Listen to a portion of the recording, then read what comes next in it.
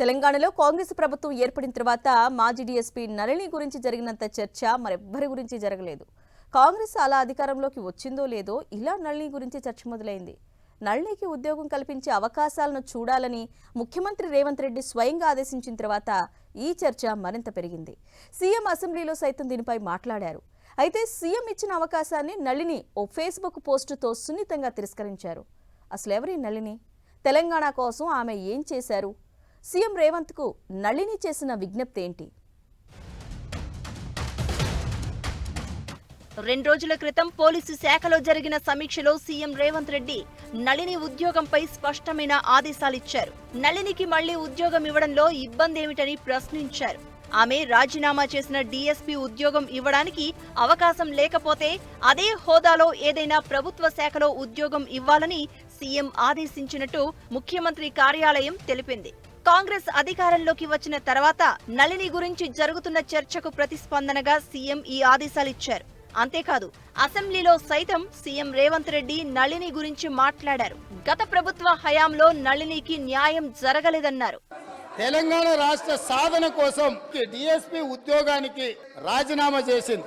ఆ నళినికి తెలంగాణ రాష్ట్రం వచ్చిన తర్వాత పిలిచి ఈ రాష్ట్రం కోసం తెలంగాణ సాధన కోసం గ్రూప్ 1 అధికారిగా ఉండి నీ డీఎస్పీ ఉద్యోగాన్ని రాజీనామా చేసినావు, ఈ తెలంగాణ రాష్ట్రంలో సగౌరవంగా నీ ఉద్యోగాన్ని నీకు ఇస్తున్నాం, మళ్ళీ తిరిగి ఉద్యోగాన్ని చేపట్టమని ఈ ప్రభుత్వం మాట్లాడిందా అధ్యక్ష? తెలంగాణ మలిదశ ఉద్యమం ఉధృతంగా సాగుతున్న కాలంలో నళిని అసమాన సాహసం చేశారు. యాదాద్రి జిల్లా భువనగిరికి చెందిన నళిని 2007 జూన్లో డీఎస్పీగా ఎంపికయ్యారు. హసన్పర్తి, హనమకొండలో ప్రొబేషనరీ డీఎస్పీగా పనిచేశారు. తర్వాత మెదక్ డీఎస్పీగా ప్రభుత్వం పోస్టింగ్ ఇచ్చింది.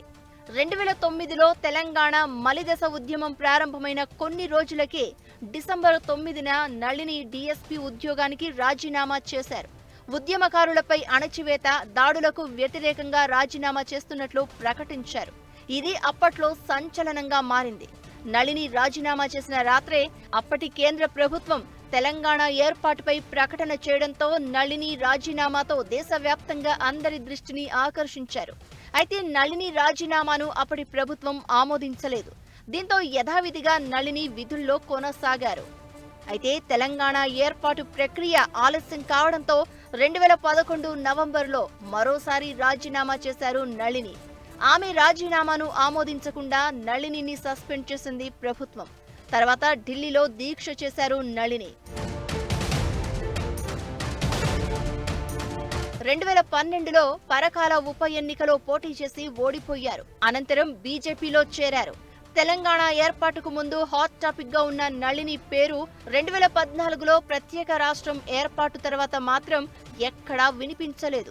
10 ఏళ్ల కాలంలో ఆమె ఏమయ్యారో ఎవరికీ తెలియదు.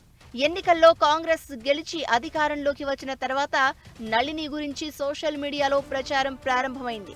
నళినిని తిరిగి విధుల్లోకి తీసుకోవాలన్న డిమాండ్ ఊపందుకుంది. దీనిపై సీఎం రేవంత్ రెడ్డి స్పందించకముందే నళిని ఫేస్బుక్ లో పోస్ట్ చేశారు. నాలో ఉంది ఆనాడు దేశభక్తి, ఇప్పుడు దైవభక్తి పేరుతో చేసిన పోస్టులో అనేక విషయాలు చెప్పుకొచ్చారు. తాను ఉద్యోగానికి రాజీనామా చేసిన 12 ఏళ్ల తర్వాత కూడా ప్రజలు గుర్తుంచుకోవడం సంతోషంగా ఉందన్నారు. ప్రస్తుతం తాను ఆధ్యాత్మిక మార్గంలో ప్రయాణిస్తూ యజ్ఞ బ్రహ్మగా, వేద ప్రచారకురాలిగా తపోమయ జీవితం గడుపుతున్నాను అని నళిని రాసుకున్నారు. నళిని ఈ పోస్ట్ చేసిన తర్వాత కూడా ఆమెపై చర్చ ఆగలేదు. కాంగ్రెస్ ప్రభుత్వం ఆమెను గుర్తించాలని, తగిన న్యాయం చేయాలని సోషల్ మీడియాలో పెద్ద ఎత్తున డిమాండ్లు వినిపించాయి. ఈ నెల 15న సీఎం రేవంత్ దీనిపై స్పందించి ఆదేశాలిచ్చారు. ఆ తర్వాత నళిని మరోసారి దేశవ్యాప్తంగా హాట్ టాపిక్ గా మారారు. అయితే ఈసారి కూడా నళిని ఉద్యోగ అవకాశాన్ని తిరస్కరించారు. ఫేస్బుక్ ద్వారానే తన మనసులో మాట వెల్లడించారు. సీఎం రేవంత్ రెడ్డితో ఫేస్బుక్ ద్వారా తన ఆవేదనను పంచుకున్నారు. సీఎం చూపిస్తున్న అభిమానానికి తన కళ్ళు చెమ్మగిల్లుతున్నాయని, సీఎం ఆత్మీయత తన హృదయానికి గొప్ప సాంత్వన కలిగించిందని నళిని రాశారు. అయితే గతం తాలూకు చేదు జ్ఞాపకాలు తనను వెంటాడుతున్నాయని, ఆ పరిణామాలన్నింటినీ దాటుకుని వచ్చి తానిప్పుడు ప్రశాంత జీవితం గడుపుతున్నాను అని తెలిపారు. పోలీసే కాకుండా మరే ఉద్యోగము చేయడానికి తాను సిద్ధంగా లేను అని నళిని స్పష్టం చేశారు. ఉద్యోగంలో నిర్వహించిన పాత్ర, రాజీనామా తనను ప్రజలకు దగ్గర చేసిందని, కానీ బంధుమిత్ర పరివారం మాత్రం అందరూ తనను వెలివేశారని నళిని ఆవేదన వ్యక్తం చేశారు. 2009లో చేసిన రాజీనామాను వెనక్కి తీసుకుని తిరిగి విధుల్లోకి చేరిన తర్వాత డిపార్ట్మెంట్లో 2 ఏళ్ల పాటు అనేక ఇబ్బందులు పడ్డాను అని చెప్పారు. డిపార్ట్మెంట్లో మరెవ్వరూ ఇలా ఇబ్బందులు పడకుండా చర్యలు తీసుకోవాలని సీఎం రేవంత్ను కోరారు.